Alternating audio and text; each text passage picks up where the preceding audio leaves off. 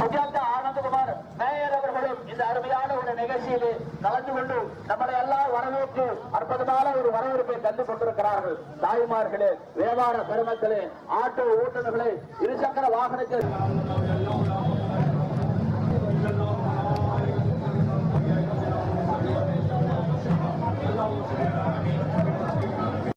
ஆனா இன்னைக்கு அந்த கேஸ் சிலிண்டரோட விலை கிட்டத்தட்ட 1200 ரூபாய் போயிருக்கு. மோடி அவர்களுடைய ஆட்சி தொடர்ந்தால் டெல்லியில சொல்றாங்க ஒரு சிலிண்டர் 2000 ரூபாய்க்கு போகும்னு சொல்றாங்க. இதுதான் 10 ஆண்டு காலமாக மோடி அவர்களுடைய ஆட்சியில நமக்கு கிடைத்த பலன். இன்னைக்கு ஒரு சவரன் நகை 57,000 ரூபாய் ஒரு சவரன் நகை போயிருக்கு. 1/2 லட்சத்தையும் தாண்டி இன்னைக்கு 3/4 லட்சத்தை நெருங்கிட்டு இருக்கு. இதுதான் மோடி அவர்கள் ஆட்சியில கிடைச்சிருக்கக்கூடிய பலன். எல்லா அத்தியாவசிய பொருட்களும் விலைவாசி ஏறி போயிருக்கு. இதுதான் மோடி அவர்களுக்கு நமக்கு 10 ஆண்டு காலமா கொடுத்தது. பெட்ரோல் விலை ஏறி போயிருக்கு, டீசல் விலை ஏறி போயிருக்கு. இந்த மாதிரி விலையேற்றத்துக்கு காரணம் பிரதம மந்திரி திரு மோடி அவர்கள். இந்த தேர்தலில் நம்ம முதலமைச்சர் அவர்கள் மோடி அவர்களை ஆட்சியை வீட்டுக்கு அனுப்பிவிட்டு திமுக கூட்டணியான இந்தியா கூட்டணி ஆட்சியில உட்கார வைக்கணும்னு நாங்க ஒரு கூட்டணி அமைச்சு தேர்தலில் போட்டிடுறோம்.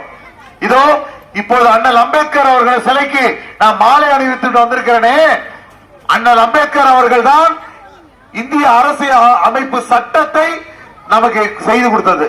இன்னைக்கு இந்தியாவுக்கு ஒரு சட்டம்னு ஒண்ணு இருக்குன்னா அந்த சட்டத்தை வடிவமைத்து கொடுத்தது அண்ணல் அம்பேத்கர் அவர்கள்.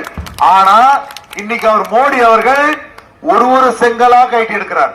அதுல ஒரு செங்கலா கைட்டி எடுக்கிறார். எடுத்து இன்னைக்கு இந்திய அரசியல் அமைப்பு சட்டத்தையே கிட்டத்தட்ட மூடிக்கொண்டு இருக்கார் மோடி அவர்கள். ஒரே ஒரு உதாரணத்துக்கு சொல்றேன். நீங்க இங்க இருந்து நம்ம போலீஸ் ஸ்டேஷனுக்கு போவோம். போலீஸ் ஸ்டேஷன்ல ஒருத்தர் மீது புகார் கொடுப்போம். புகார் கொடுக்கும் போது நாம சொல்லுவோம், நம்ம வக்கீல் வருவார், இந்திய அரசியல் அமைப்பு சட்டம் இபிகோ அப்படின்னு சொல்லுவோம். அதுதான் சட்டம். ஆனா என்ன பண்ணிருக்காரு தெரியுமா மோடி அவர்கள்? அந்த பேரை அழிச்சிட்டார். அழிச்சிட்டு இன்னைக்கு மொத்த இந்தி பேரா வச்சிருக்கிறார். நீங்க இன்னும் மோடி ஆட்சி தொடர்ந்தால் நீங்க போய் போலீஸ் ஸ்டேஷன்ல கம்ப்ளைண்ட் கொடுத்தீங்கன்னா அது இந்தி சட்டத்தில் இருக்கும். அது என்ன சொல்றாங்கன்னே புரியாது.